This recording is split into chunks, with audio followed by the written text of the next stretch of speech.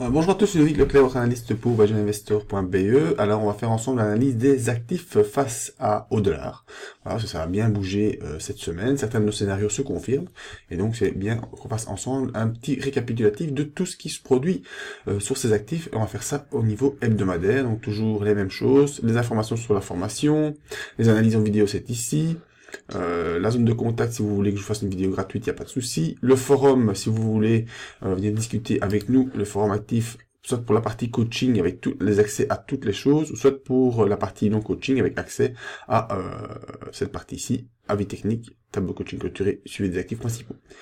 Voilà, alors ensemble, nous allons faire ça. Tout d'abord, la procédure habituelle, hein, avis technique des actifs face à l'USD, les perspectives pour la semaine du 28 janvier. Alors, le marché comporte des risques de perte pas adaptés à tous les profils d'investisseurs. C'est à vous-même à établir à évaluer vos propres risques. Moi, cette vidéo n'est pas là pour vous conseiller dans vos opérations, simplement donner mon avis technique par rapport à ce qui pourrait se produire. Moi, ce que je vous conseille, c'est d'utiliser des comptes démo afin d'établir et tester vos propres stratégies. Ma stratégie à moi, c'est l'analyse des impulsions, stratégie qui est assez simple et que je peux vous enseigner, qui est assez efficace également.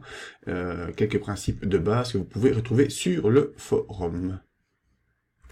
Alors, après cette petite obligation légale, passons à quoi? Est-ce qu'on fait d'abord l'euro-dollar en direct? Oui, allez, on va le chercher. Hop, l'euro-dollar. Donc voilà, l'euro-dollar, on l'a bien vu, hein, il est coincé.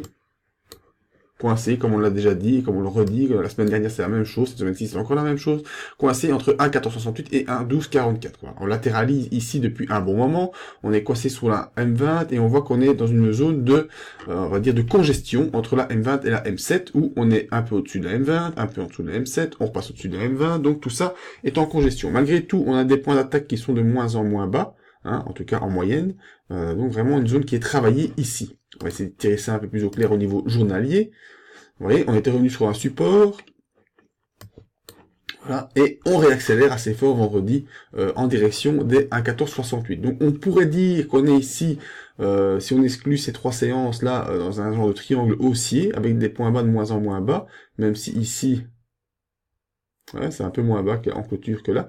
Donc on a une belle accélération vendredi, nous verrons si ça peut nous amener sur le passage une nouvelle fois des 1,1468, et ensuite on a cette zone-là qui a été la zone de résistance du début de l'année, du mois de janvier.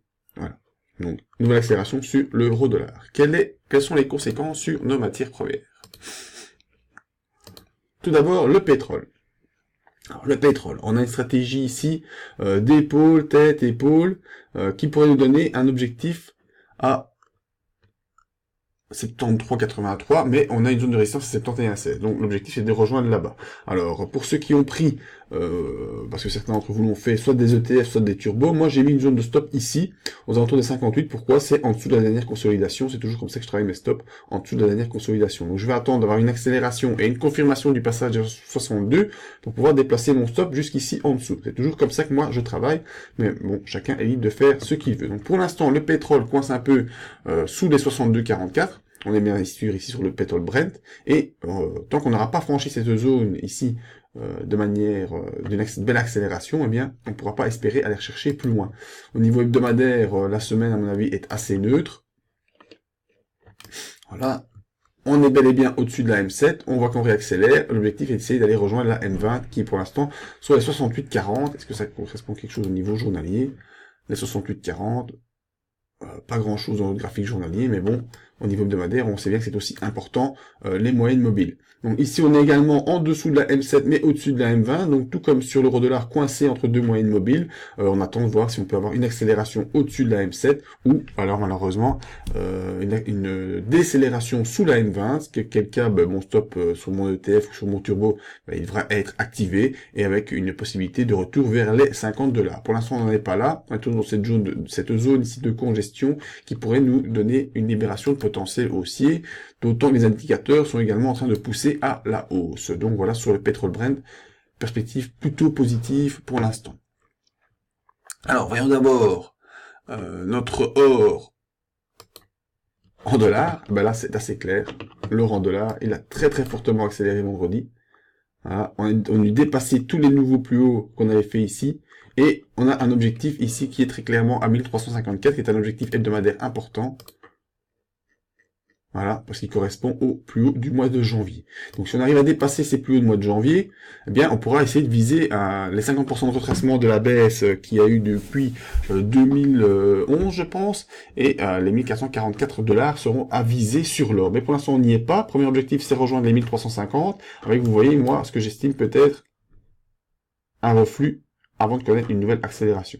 Donc ça, c'est mon plan de trading sur l'or en dollars. Maintenant, si vous avez, vous aussi, des ETF ou des turbos, eh bien, voilà ce que moi j'en pense, c'est qu'on est toujours dans cette phase d'accélération.